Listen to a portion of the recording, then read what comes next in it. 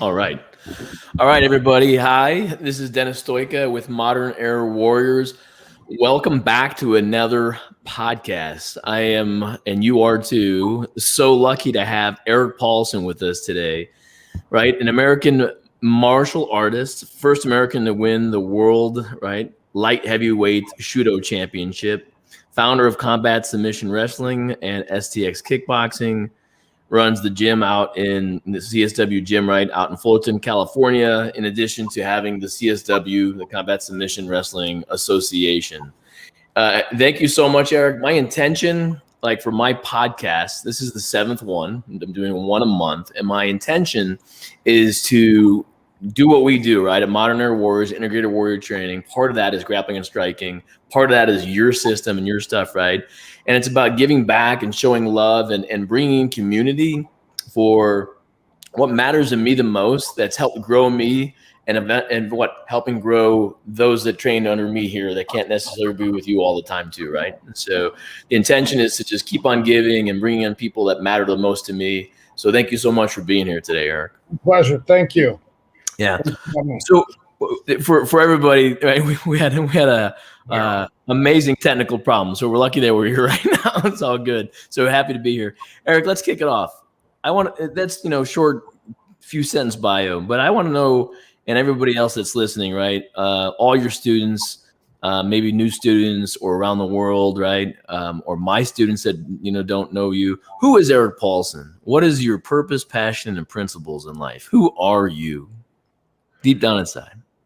I'm a spiritual coach that used to be a combative coach. All I was interested in was learning as much martial arts as possible from all different sources, from the best teachers in the world, to get good at those, proficient in them, and then to try them out in a sport when it first came out, which was MMA. I was fortunate enough to be the first American to go to Japan and fight in Shudo, which was the oldest MMA league out there. They've had the most fights ever. They were established in 1983, and then 1985 was their first match. And my teacher that I learned from, Sensei Yuri Nakamura, was the first champion in Shudo before he came to America. And then he came to America to learn from Dan Inosanto. He wanted to learn all Bruce Lee's martial arts. And Guru Dan said, hey, what do you have to offer from Japan? Did you study any arts over there? And he said, why, yes, I have Shuto. And he said, what is that? So in 1988, he did his first seminar at the Inosanto Academy. And I drove by. I was at the Jet Center, and I drove by, and I saw in the window there's a picture of Sensei Yuri doing punching, kicking, shooting, throwing, and then ground submission. And it said punching, kicking, throwing, submission. And I said, and it says Shuto, or shoot wrestling. And I was like, what is this new thing nobody has ever seen yet? And it combines all the arts. I was like, that's perfect. That's the most JKD of all the fighting systems I had ever seen, because it covered all bases, except for the weapon stuff. So next thing you know, I did a seminar with him, and I was currently training in the garage with Master Horian,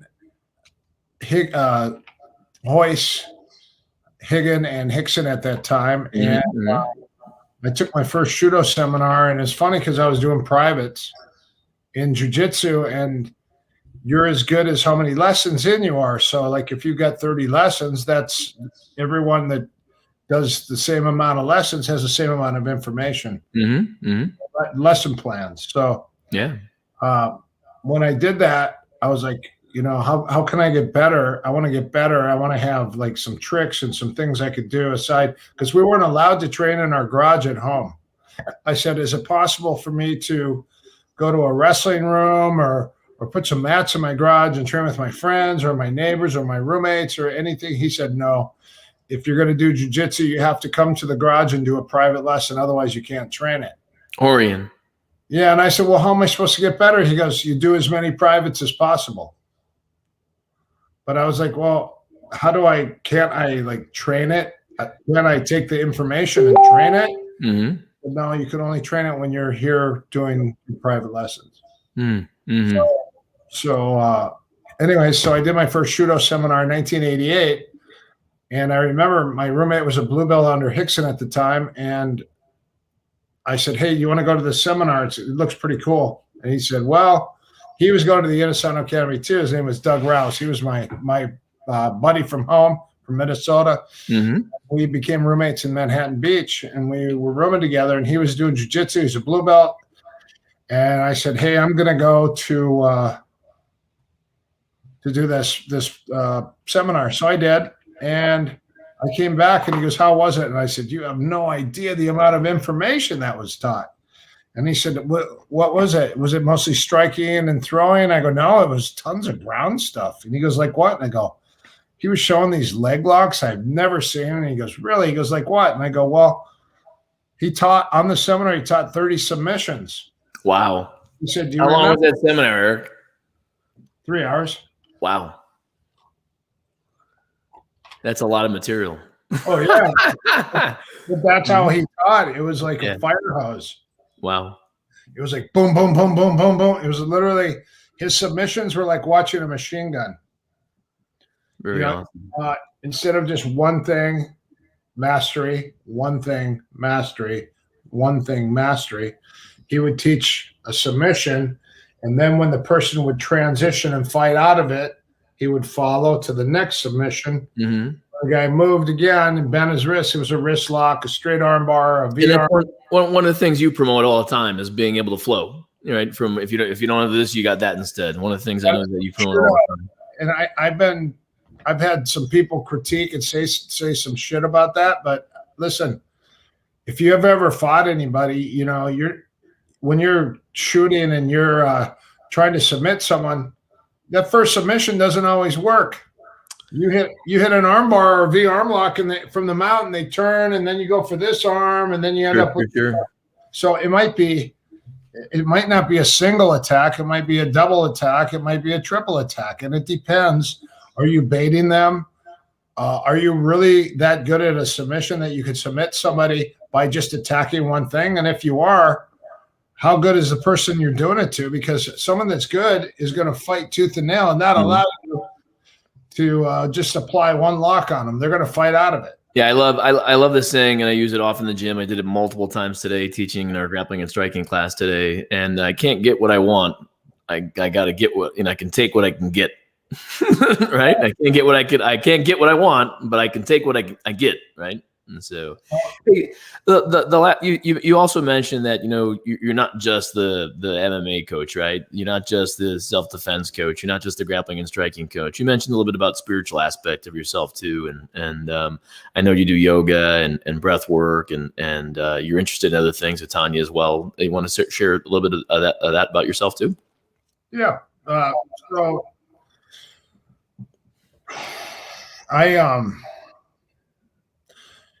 a while ago, I had a friend of mine that got sick spiritually. I had someone that was getting attacked by dark spirits regularly. And not only around them and in their house, but they got inside too. And I found out it's more common than people even realize. It's just people don't talk about it. It's kind of taboo. But I got into that. I didn't want to get into it. I did it because a friend got sick, and I tried to help them through it. And I ended up finding out all about all my research. At the time, I had to go to all these different churches. I had to go to all these different pastors and all these people that were trying to help this person get over. We went to psychologists, psychiatrists, therapists. Regular MDs wanted to medicate, and then it was the spiritual aspect, which was it ended up being an exorcist. We had to go 40 days regularly to this chapel, and then the person had to stay there and get soaked in prayer. So these things got weak, and then they finally could be pulled out through exorcism. And the person was Catholic, and the exorcist was Catholic. So that was that aspect. There's other ways to do it. I have other friends that can do it, but you have to be pretty powerful, and you have to. You also have to be. You have to know what you're doing. Listen, to be honest, I don't prefer doing any of that. I have a TV show that was a training show and a healing show, and it was all about training hard and healing and using all these massages and how do you rehab your body through massage, through not yoga so much, but more meditation, and all these different breathing methods and things. And so it ended up turning into a ghost hunting show.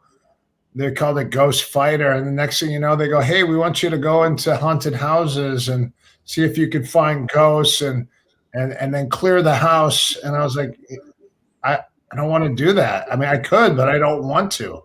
Sure. You know? And I was like, you know, and so stuff like that kind of pulls you away from what you really should be. You know, I knew I could do it, but I didn't want to choose that as a profession. A regular profession, because next thing you know, you're involved in the spirit world, and that's 24/7. You know, you go to bed at night and you got people talking in your ears, or you're getting attacked at night, or whatever. And as soon as you open the doors for that, the whole Pandora's box opens up, and next thing you know, you're in a world of weirdness. Well, so, that's more than what I knew about some things that you're involved with too. So thank you for sharing that. I got a lot of questions, so I'm going to move on. What is CSW and SDX kickboxing?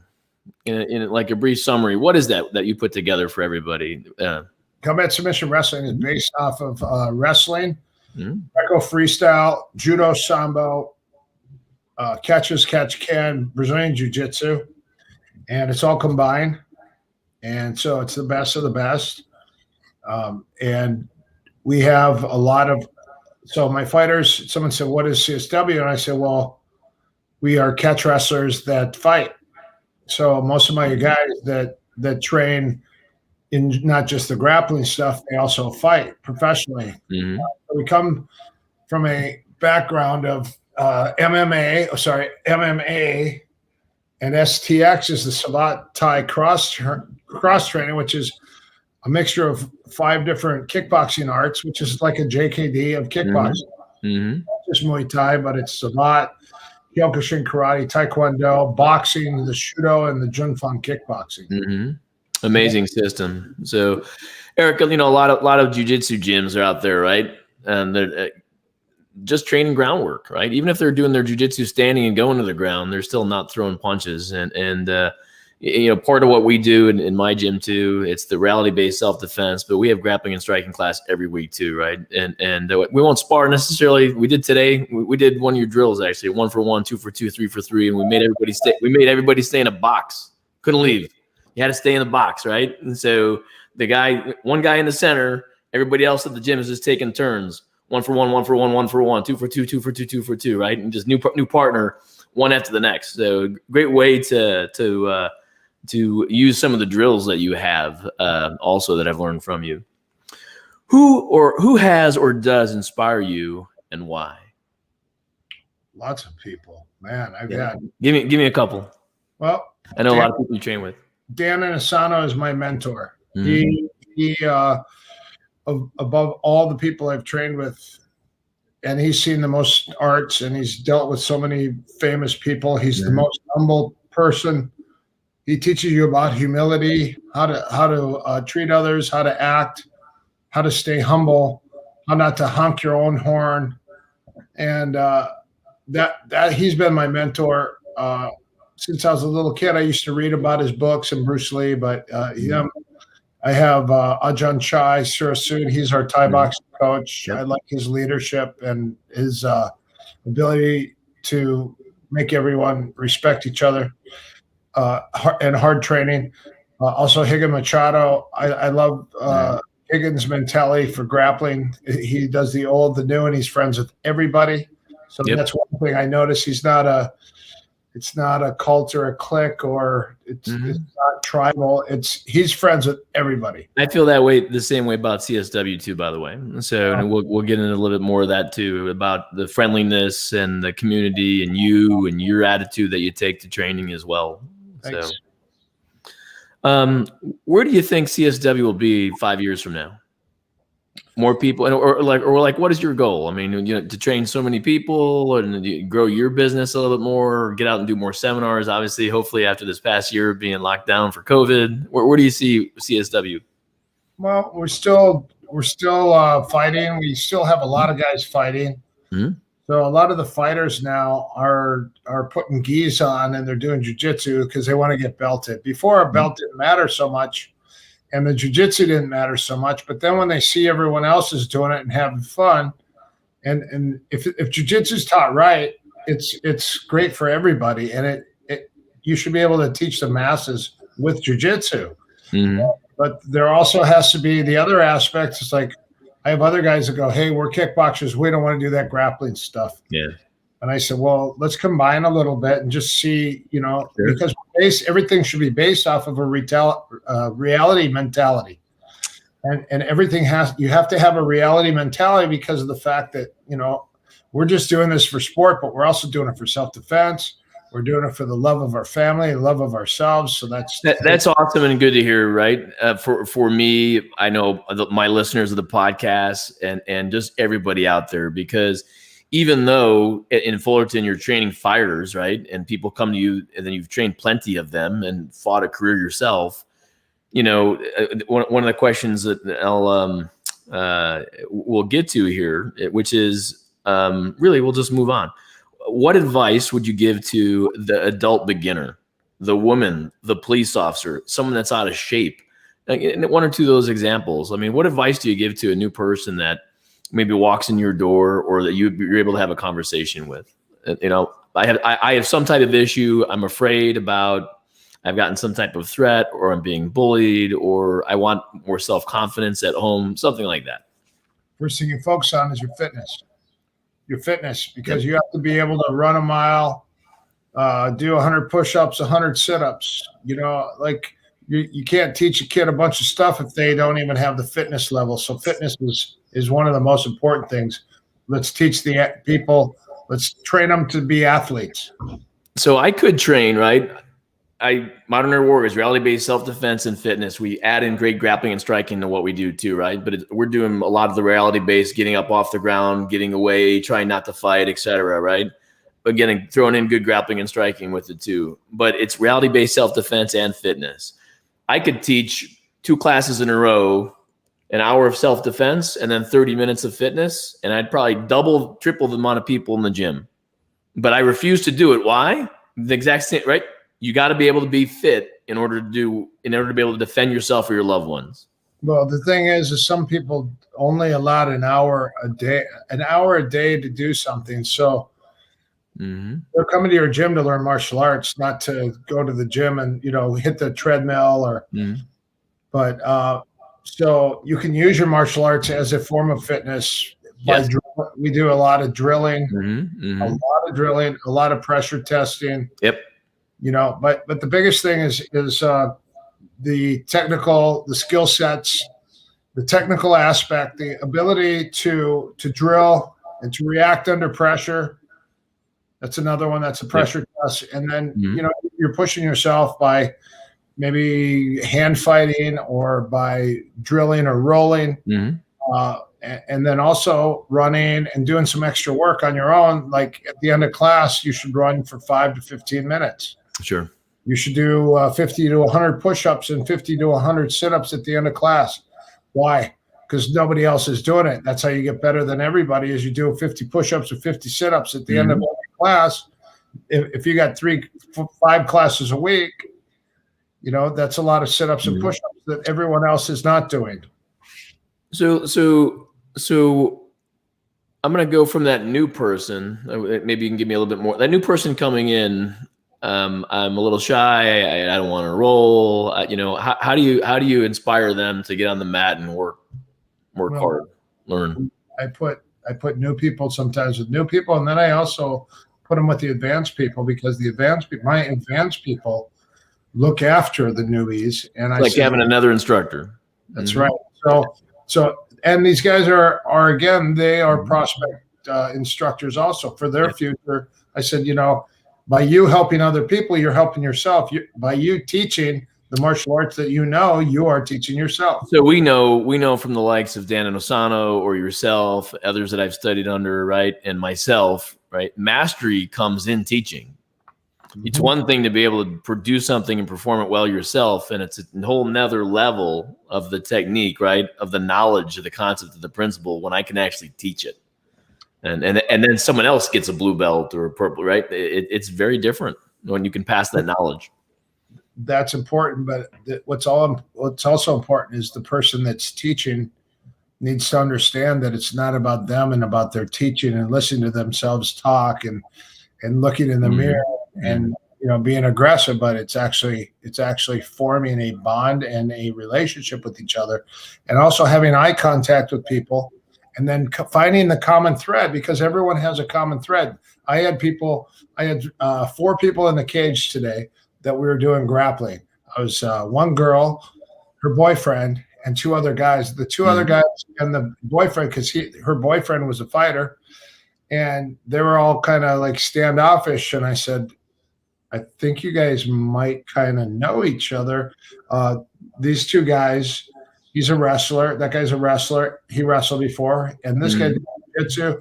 And the other guy's a judoka. And I said, okay, so let's see. What's the common thread? What do you guys have in common? You know what? Where did you wrestle at? Where did you wrestle at? Okay, what school? Did you guys compete against each other? And they said, what year? And he said, oh. And next thing you know, one guy graduated a year earlier, and he said, who's your coach? Who was your teacher? Who's your trainer? They all knew the same people. And then that's how the whole conversation started. That allows people to grow together, right? I mean, we can test each other, push each other, know that the fight doesn't exist here, right? I mean, we're competing still maybe a little bit, certain days maybe a little bit harder than others. We're going 50% today, or, toss the coin up today, how hard we're going to go versus light, et cetera, right? But that allows people to help grow each other as well. What's a common thread? That's the thing. Everyone has a common thread with somebody. What advice do you give to the experienced person, maybe from another system, that doesn't know what CSW has to offer? So what do I give that, or what do I? What advice would you have if someone comes in and they say, hey, I've been training for 8 years down the road, or in San Diego with this guy or whatever else, and they're coming into your gym? How is CSW different? How do you let them know what you have to offer them?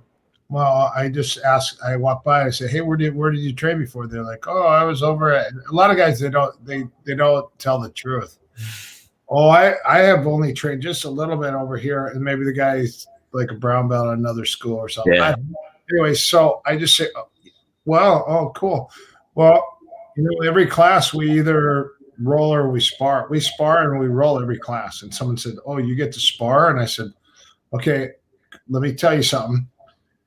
So yeah, we spar every class. They said, really? I said, but it's not all sparring, but you get to spar. And they said, I can't believe you spar so early. And I said, well, what are you going to do this weekend? You're going to go out with some friends, you watch the have a couple beers. You're going to go back to your living room, and you're either going to throw on the gloves, or you're gonna put a mat down. You guys are going to jump on the ground and either grapple or you're going to spar. That's America's favorite pastime is living room boxing or living room wrestling. That's awesome. That's awesome, Eric. So I'll say this, right? So I'm going to toot your horn a little bit more too, right? So I've trained under other people too, and I still do a little bit, right, here and there. It's reality-based self-defense and self-defense and fitness and firearms. That's our primary. But everyone, again, that whether you said it too, that guy that does that stand up in your gym has to do some groundwork too. You try to make it, right? So they do a little bit of both. People that love to lift a lot of weights don't do a lot of yoga and breath work. So you try to mix and match to make integrated training is what I look at it, right? So I will say this. I believe CSW is simple. I believe that CSW too, by having the levels, I know you have the BJJ now too, and its belt levels, because that's what BJJ is. But I believe it makes it less intimidating for people to come in and say, "Yeah, there's no belts and there's no gis, and we're just going to come in here and look. I just need to learn stuff for this level." It's not intimidating belts and things like that too. So our Krav Maga is the same way. It's level training. There's no belts and stuff like that too. And I think it mixes and matches and makes sense. And I want to throw this out there too, right? I feel, and it's just my sense from training with many different people and being in a lot of different online communities, right? I believe that you make it simple. I don't think that you have it's not complicated. So you get down the very basic, easy things. You're able to teach something in 3 to 5 minutes, maybe 7 minutes, right? That's a long one, 7 minutes, right? And it's great detail, essential details and mistakes, right? That's my view. What's your take on how do you make it so simple and not complicated? Well, bottom line, ding, ding, fights on. You're throwing blows. You're either punching somebody in the face or getting punched in the face. Yeah. So how's your boxing? Number two, you're kickboxing. Someone starts kicking. How's your kickboxing? How's your offense? How's your defense? Okay. Oh, you cracked a guy. He grabs you. Now you're clenched up. You're tied up. How's your grappling? How's your takedowns? How's your throws? How's your clinch work? And the next thing is you get to the ground and you get someone that's angry and he's going to punch your face in, and you're on your back and somebody's punching at you or kicking at you. How's your defense on the ground? How's your striking on the ground? Oh, we just do jujitsu. Oh, I'll just choke you. It's like, well, it's not that easy, because when you get an angry, tough person punching your face on the ground, it's not just that easy to put a lock or submission. Yeah, that comes back to, I asked someone that used to be a coach, actually a coach of someone that you fought, actually, because I trained underneath them for a long time. In my Krav world, right? Moni Isaac, actually. So it was Carlos Newton's coach.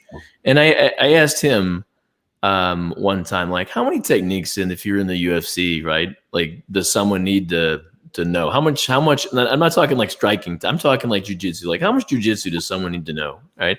Okay. And you said it too. You guys are learning more jujitsu. They want belts now too, right? But some people are strikers and they have to learn jiu-jitsu to get into the ring, right? And a lot of them are young, and it's a young man's sport. So if you haven't touched, if you're 20 in your young 20s and you haven't done much on the ground, right, you got a lot of catching up to do. And how many I don't know if you can answer the question, but there's thousands of techniques in jiu-jitsu, right? I just kind of think you don't need 1,000 to go into the UFC. Well, you need an arm attacks. You need neck attacks, and you need leg attacks. You understand those three things: upper body, lower body, and the king above all is positioning, which is called real estate. So if you're good at getting prime real estate on people, you could pretty much control a fight by having a good, positive top game, or you can neutralize somebody by holding them tight and not allowing them to pass your guard. Once they get through your guard, holding them tight and then bridging and getting back up. A good defensive game, a good game to stop them from raining a bunch of punches on your face. And then if you have a good submission or two, that's important. But yeah, you just have to understand the arms, the legs, and the neck. Awesome. So great advice. Yeah, thank you. We're getting close to our time, our 30-minute podcast. I just got about a minute left here, and I always love to throw just a couple fun questions in at the end. And so here we go. You ready? It has nothing to do with CSW or spirituality or anything. Just craziness, right? Here we go. I love it.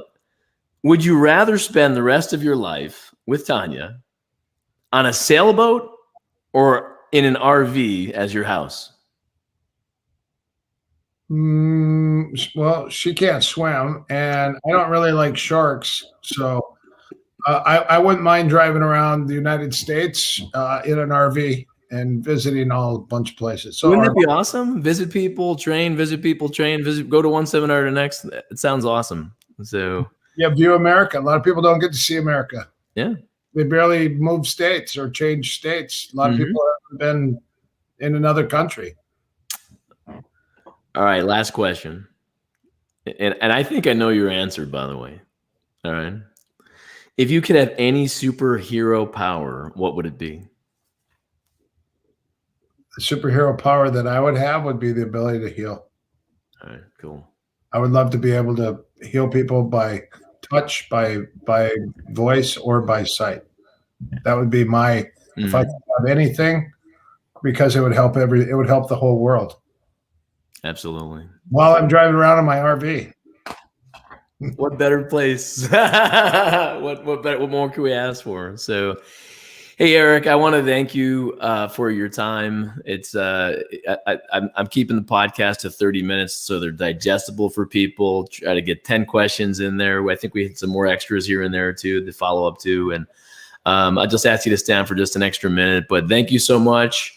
Our listeners, thank you so much. It'll be posted to my Facebook and YouTube business pages, Online University, ModernWarriors.com. And I'll make sure that I get it out to your sites as well, or Bob Berge, wherever you need it to be to. So everybody, big hand for Eric Paulson.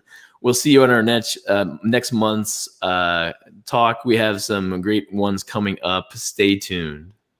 Until then, train hard. Until then, train hard, train smart, train safe, train real, and train for life, I like to say. That's right.